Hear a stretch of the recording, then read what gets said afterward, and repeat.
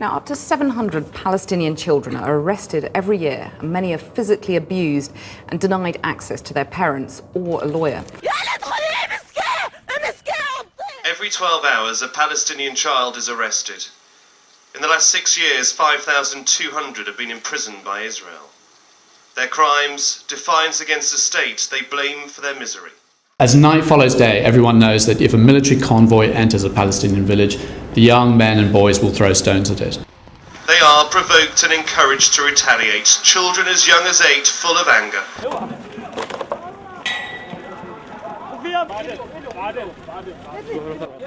Mohammed Salem Abu Eid was 14 years old when he was detained by Israeli forces last year. He was accused of throwing stones at the separation wall which cuts through the Palestinian West Bank. These are the pictures children draw here. Soldiers with guns, barbed wire, prison bars and rats.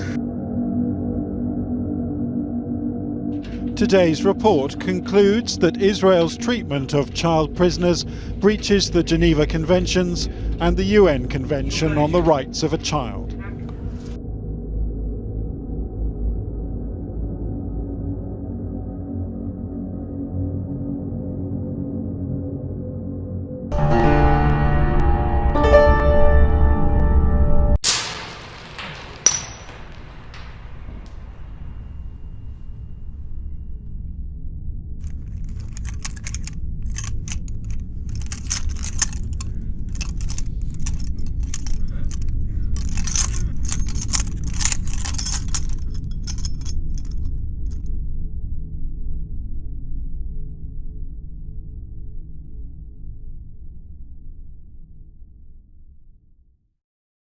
It declared itself in 1948 as a Jewish state for the world's Jewish people. The city of Haifa and its harbor become the center of bitter conflict as the new Jewish state is born. Arab captives are held for evacuation to Acre. Women flee with what belongings they can carry. And as Palestine struggles for national existence, the conflict catches the inevitable innocent in its toil. After 2,000 years, a Jewish nation once again exists. And while there is a rattle of gunfire in the Holy Land, there is cheering in Washington and Hebrew dances of joy for a Jewish homeland that has been reborn.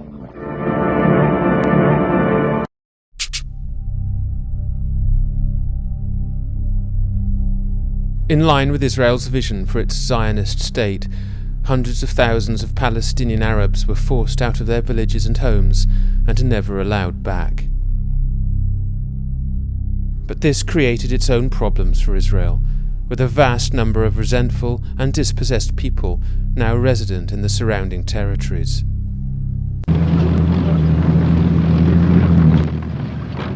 In a military campaign widely admired by her Western allies as bold and brilliant, Israel's preemptive strike in June 1967 against a build-up of Arab forces on its borders was swift and brutal, but without doubt a resounding success.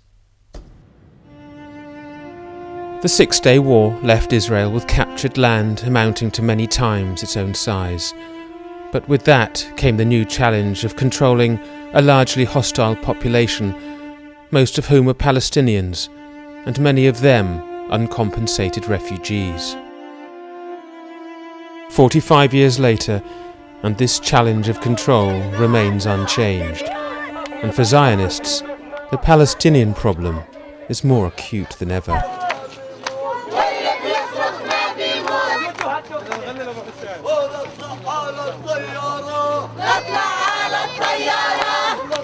Since June 1967, Israeli military commanders have issued military orders which bind 2.5 million Palestinians, and none of those Palestinians have any say whatsoever as to how that executive, legislative or judicial authority is exercised over them.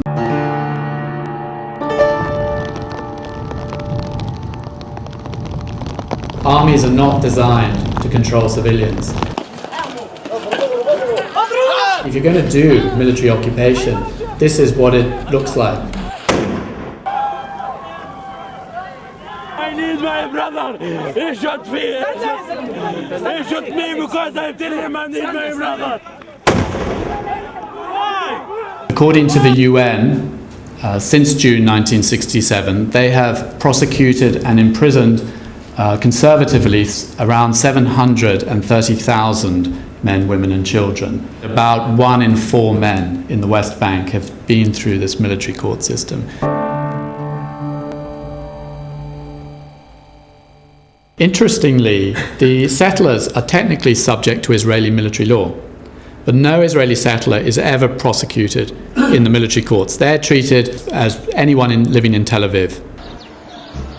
Imagine you're in the West Bank and there are 2 children there. One is a settler child and one is a Palestinian child.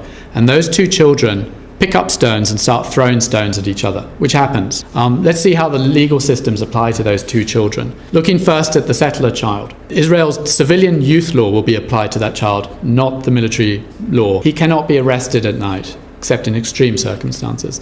His door is not going to be kicked in by the army. He will be asked to come down to the police station with his parents during the day. He will get to see a lawyer before he's questioned. The lawyer will tell him he has the right to silence. His mother or father can accompany him during the interrogation. He has an 80% chance of being released on bail.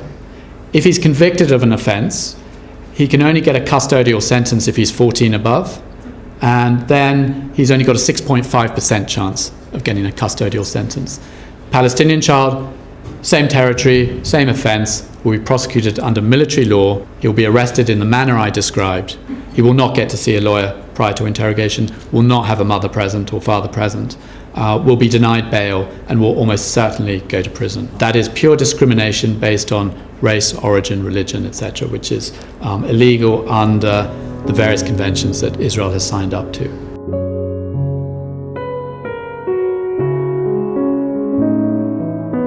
I think it's quite interesting to look at it from the Israeli military's perspective.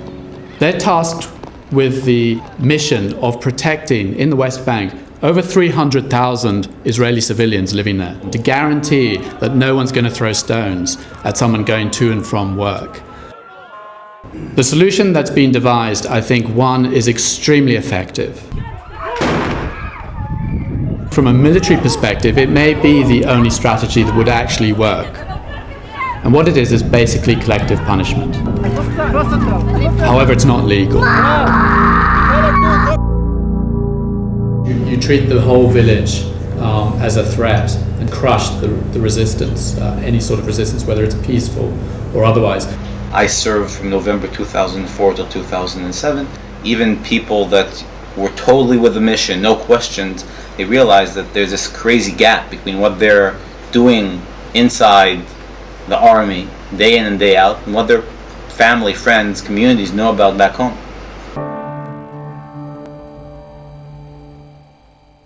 The children, we found, were basically being arrested from the friction points, where a settlement has been built close to a Palestinian village, where a road used by the Israeli army or settlers passes close to a Palestinian village.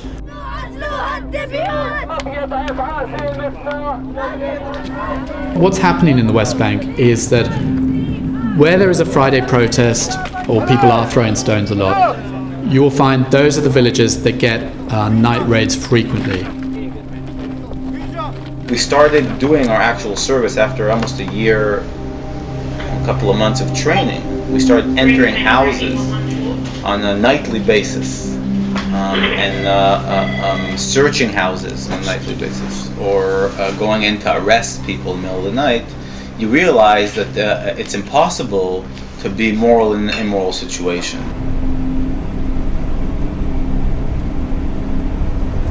Let's say a military vehicle is traveling near to a Palestinian village and a stone hits the outside of that vehicle. The chances of the army being able to identify the perpetrator are next to nil. What the army will do next is the intelligence officer in the area will make an assumption that the stone throws came from the nearest village. The next thing that intelligence officer will do is he will go through the records of who have they arrested in that village before. Something like 1 in 4 men have been through this system. You can be quite sure that a number of people in that village will have been arrested before.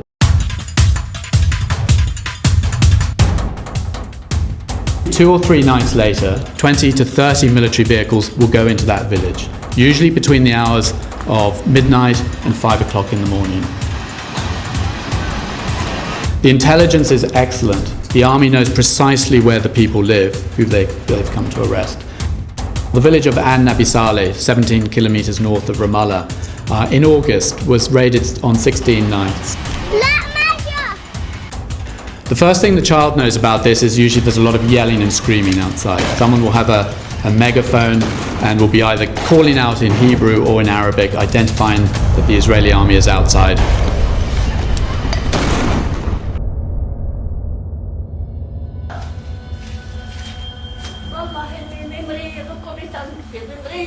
What we've noticed in some of the night raids is the soldiers will come into that village not to arrest anyone. For example, last month soldiers came into one house in that village. They did not tell the family why they were in the house. They took the hard drives out of all the computers. They then went through documents, including the title deeds, original title deeds to the land. And the father was beside himself, for obvious reasons, saying, at least give me a receipt. Tell me, why are you doing this? They didn't say a word, and then they went to do it in the next house.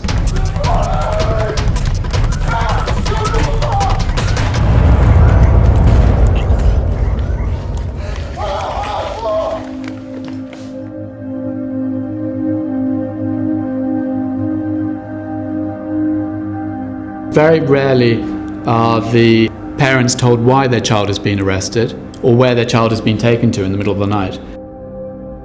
The child will have his hands immediately tied behind his back, usually with a single plastic tie. These are the ties that can be tightened, but they can't be loosened. In 90% of the cases we documented, the child will also be blindfolded. And remember, this is children as young as 12 years of age. In some cases, the commanding officer will not allow the child to get dressed. So the child will be tied blindfolded and taken out of the house in his pajamas, sometimes without shoes on. So you can imagine this chaos of these soldiers coming into the house. Everyone has just woken up, so they're in a state of confusion. The child is tied and blindfolded. You're not told where they're being taken to. The younger siblings are usually screaming and crying because they're scared. And then the soldiers take your son out into the night.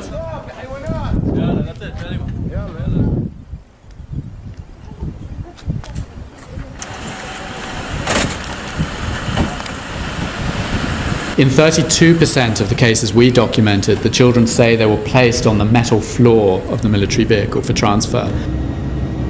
The road system in the West Bank is quite bumpy. These trips can take 20 minutes, they can take several hours. The child will be bumping up and down on the metal floor, tied and blindfolded.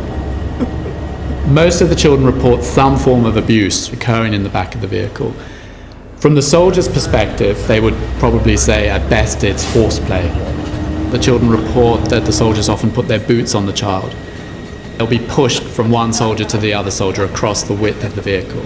In some cases it's more serious, consisting of slapping and kicking the child. Verbal abuse is usually directed at the child's mother or sister. 2 weeks ago we collected an affidavit where a child said that he asked for something to drink. He was given something to drink. It was very bitter, he spat it out, he thinks it was beer. He was a Muslim child, and then he heard laughter from the soldiers.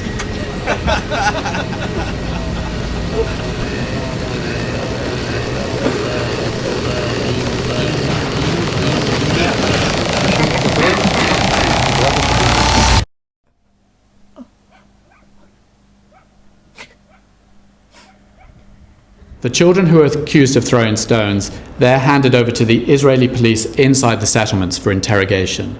These police interrogators seem not to start work until about 8 or 9 o'clock in the morning. So the army's got to figure out, what do we do with these children between 2 o'clock in the morning, or whenever the arrest was conducted, and 8 o'clock. Most of the settlements have small enclosures for the military, consisting of shipping containers, prefabricated buildings, that sort of thing. The soldiers will take the children out of the back, still tied and blindfolded, and quite often simply just leave them on the ground, outside. In other cases, the children are placed inside the shipping containers, which is slightly better, particularly if it's raining. 7, 8 o'clock, 9 o'clock in the morning, the children will be placed back in the military vehicle and then taken to one of the police stations. Most of the children currently are being interrogated in the police station in Gush Etzion settlement block between Hebron and Bethlehem. That's if they're arrested in the south of the West Bank. If they're arrested in the north of the West Bank, they're generally taken to the police station in Ariel. The child will arrive at that police station. He won't have slept. Children report if they try to sleep when they're sitting on the ground, a soldier will kick them. So he'll be sleep deprived, thirsty, hungry, scared, bruised, and his hands now will have been tied for many hours. The interrogator will usually start by making a very general allegation against the child. The interrogator then will simply do what is necessary to get a confession. If the child is 12, you won't have to do very much. The interrogator will want to know who that child's friends are. We'll try to recruit them as an informant. All the children tell us that they rebuff these advances. No one obviously is going to put up their hands to being an informant, but if a child as young as 12 is placed under that sort of pressure, and indeed an adult, it stands to reason that in some cases informants would be recruited. People are very suspicious sometimes of their neighbours. They fear that they have been recruited. The sort of threats we've documented are threats of physical violence, threats of long-term detention. The interrogator will generally know if the child's father has a work permit to work inside Israel. A threat to revoke that father's work permit has a profound effect on anyone. If the threats don't work, then it might become physical. In 2010, we documented 3 cases where the children say that they were interrogated in the police station in Ariel and the interrogator tasered them. In 12% of the cases we've documented, the children were held in solitary confinement, in cells without windows where the light is left on 24 hours a day. The situation for children in solitary confinement is so profound that the UN Special Rapporteur on Torture submitted a report to the UN General Assembly and saying in the case of children, solitary confinement must be absolutely prohibited because in many cases, if not most cases, it amounts to torture. Following the interrogation, the child must be brought before a military court judge within 4 days. It's inside the military courtroom where the child will see his lawyer for the very first time. By that stage, there's not much a lawyer can do for a child. He's already been interrogated, wasn't informed of his rights, and has probably already provided a confession. Pretty much all of these children are telling us they were coerced into signing confessions. In 29% of the cases, they were either shown or made to sign documents written in Hebrew, a language they don't understand. Even if the child says he's innocent, in very few cases are children released on bail. Our lawyer will give the child 2 options. The child can plead guilty, whether he did it or not, and get, it can be as little as 10 days, it can be as much sometimes as 10 months for children. If the child says, defend me, I didn't do it, our lawyer will have to tell that child, you will remain in detention, you will not be released on bail. Your case will not come on for final hearing for 4 to 6 months. You're going to spend longer in prison if you try to fight this. The quickest way out of the system is to plead guilty. In about 60% of the cases, the children are transferred out of the West Bank to prisons inside Israel. Not only is this illegal, but it has practical consequences. It makes it difficult for parents to visit their children. You have to apply for a permit. That initial permit can take 1 to 2 months to get. So we've had cases where a child has been released from prison and the next day the permit shows up, allowing the parents to visit the child. Many people are denied permits for unspecified security reasons. Perhaps it's because a parent went through this system too, but who would know? You're not told.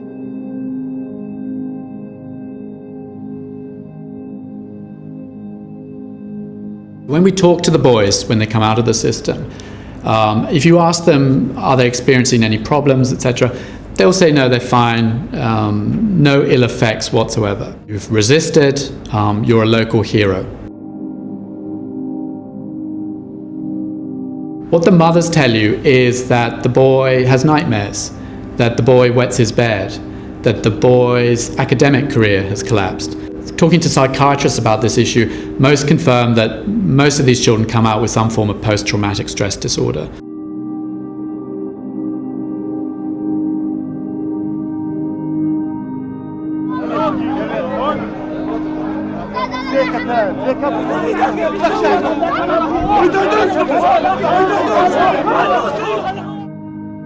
This is not unique to the Israeli army. In any situation where an army is given the task of controlling a civilian population, you will get things like this occurring. The problem here is the length of time.